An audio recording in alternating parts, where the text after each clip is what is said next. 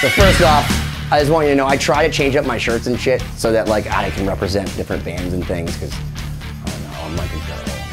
This supposedly sat in a wall for the better part of 100 years. Jim pointed out that we can't not talk about this. So this is a survivor, if there's ever been a survivor, and what a story this thing has. This is a C Bruno, not C Bruno and Sons, C Bruno guitar. According to the ad I bought it from, was found in a wall of a building demoed in Florida. This supposedly sat in a wall for the better part of 100 years. And I bought it because first off, I knew it was old because it's a 217.5, as my buddy Philip Rowans told me. He's one of the most learned encyclopedia-like people as far as vintage Gibsons in particular, but Martins or anything from this time period. I was like, is this a 221? He's like, it's actually a 217.5, whatever that means.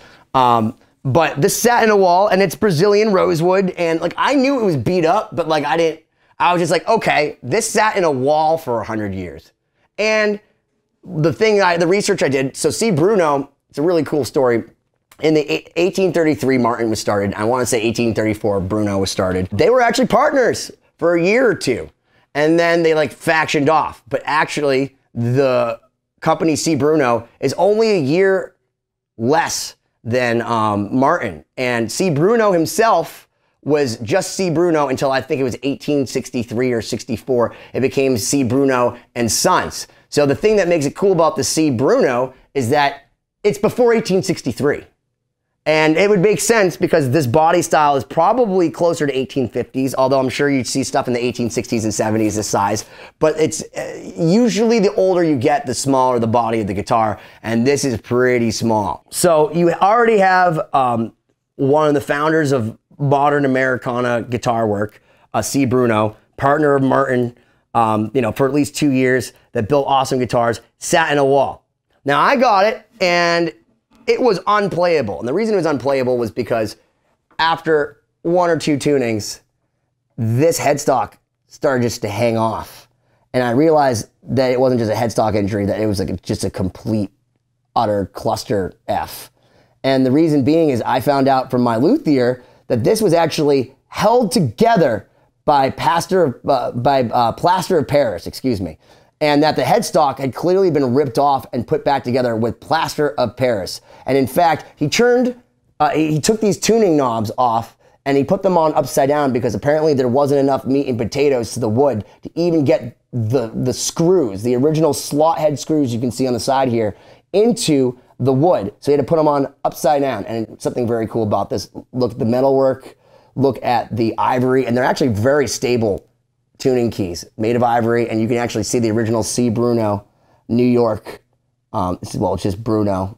Oh no, C Bruno. This is how it's the defender of the faith. So my buddy got this guitar 4 years ago, and you can see the footage of him. So this is Steve Morrill. He's my guy, and I have for 4 years bothered him to fix this guitar, which was in a wall for 100 years at a club. To C Bruno, New York, not C Bruno and Sons, which means it's pre-1864. Steve, what the heck did you do to this thing, and why did you avoid me for so long?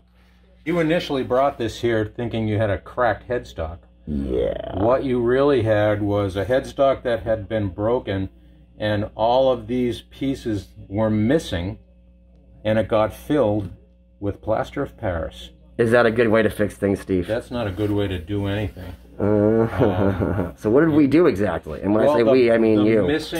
The missing wood was filled in. You can see some of the splice right there. Another piece of splice right in here. I took it apart. I filled in the missing pieces with mahogany, and then this faceplate got put on just to give it some more strength. It covered a little crown logo that was on the headstock. We'll have to do some research. You'll have to do some research on that. And it still has the 4072. Still has its C Bruno, New York label on the back. Oh yeah, very cool. And the one on the inside too, with somebody's somebody's repair label from Kentucky. Oh, there you go. So I just want to say thank you, but you are a defender of the faith because I don't know anybody that can fix this stuff. That's why I had to harass you for years. Well, you had to harass me because I kept telling you it wasn't worth doing. Wasn't going to work, remember? Yeah, and you don't believe in yourself. So what do we learn from this, Steve? Listen to me when I tell you can do anything. That's the moral of this story. Steve Morrill can do anything. 4 years. 4 fucking years I waited. And when COVID happened, I said, Steve, do you remember that guitar? Like, are we giving up on it? Like, should I just take it back in pieces?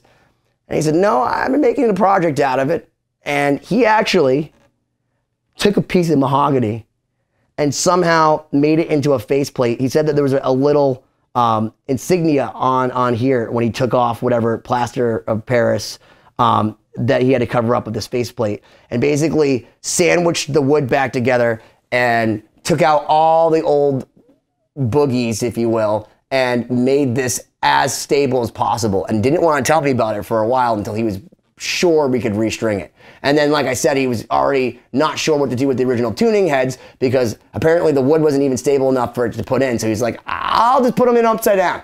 Then, when I get it back, the action was so high, and he said, look, this is the way it was built. The action was so high, it was ridiculous. Ridiculous. And I've already spent so much money on this guitar. I've already put a lot of time into this guitar. So I took it to my buddy Heath, and Heath basically said, look, man, I don't have a lot of time for this, but if you want to make this thing playable, I can take a fucking belt sander to it.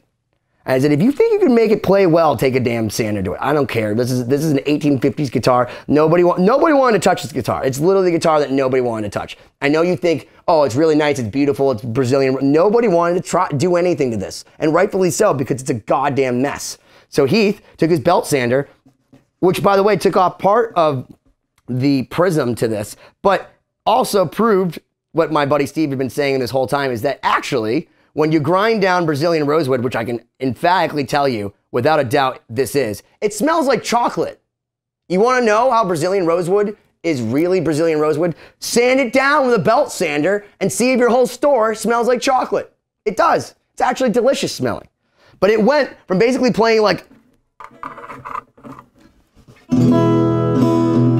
That's the other thing, is a lot of these guitars are wonky as far as the intonation, and Heath, this is a very unusual thing, but it has happened, and obviously has been done, like we didn't make this up. There's a metal fret here instead of like a normal, whatever you call it, bridge pin or what, I'm blanking, but the saddle.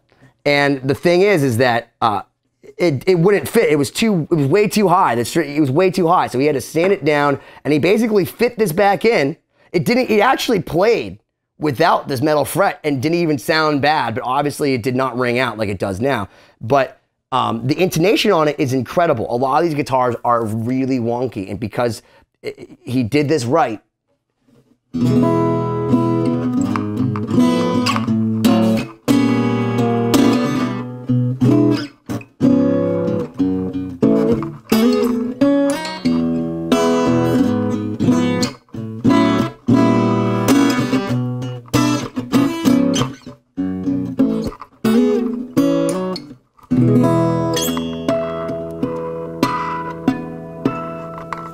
I always do the Ozzy Osbourne, which I've told you guys in a lot of different episodes, because you go an octave up.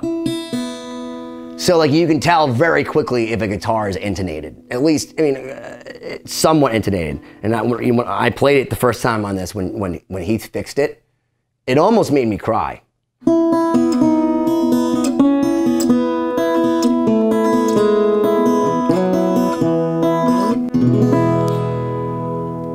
This makes me happy, and I genuinely am emotional because this guitar sat in a wall for 100 years.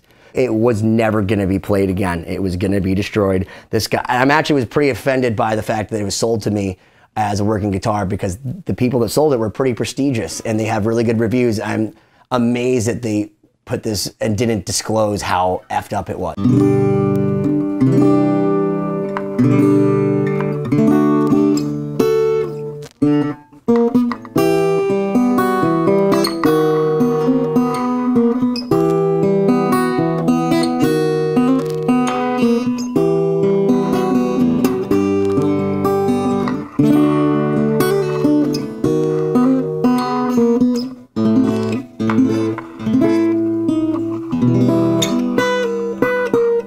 It's disconcerting not to have the fret markers, and I'm not that good. So if you think that the guitar doesn't play well because it's not set up well, it's because I'm a hacky guitar player.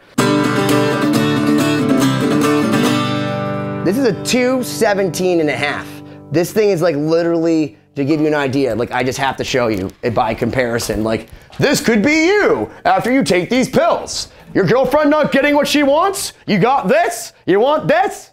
It's not that much different in volume. When you love a guitar enough to save it from a wall after 100 years, to bring it to your luthier to get lost in the craziness, because it's really a cause that requires passion on behalf of my guy. You say, I'm gonna wake up this morning and attack that headstock that's literally in pieces from that 1850s guitar.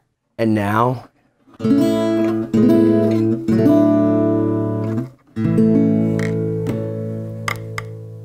I couldn't be happier. I'm gonna tell you there's gonna be a lot of great music made on this.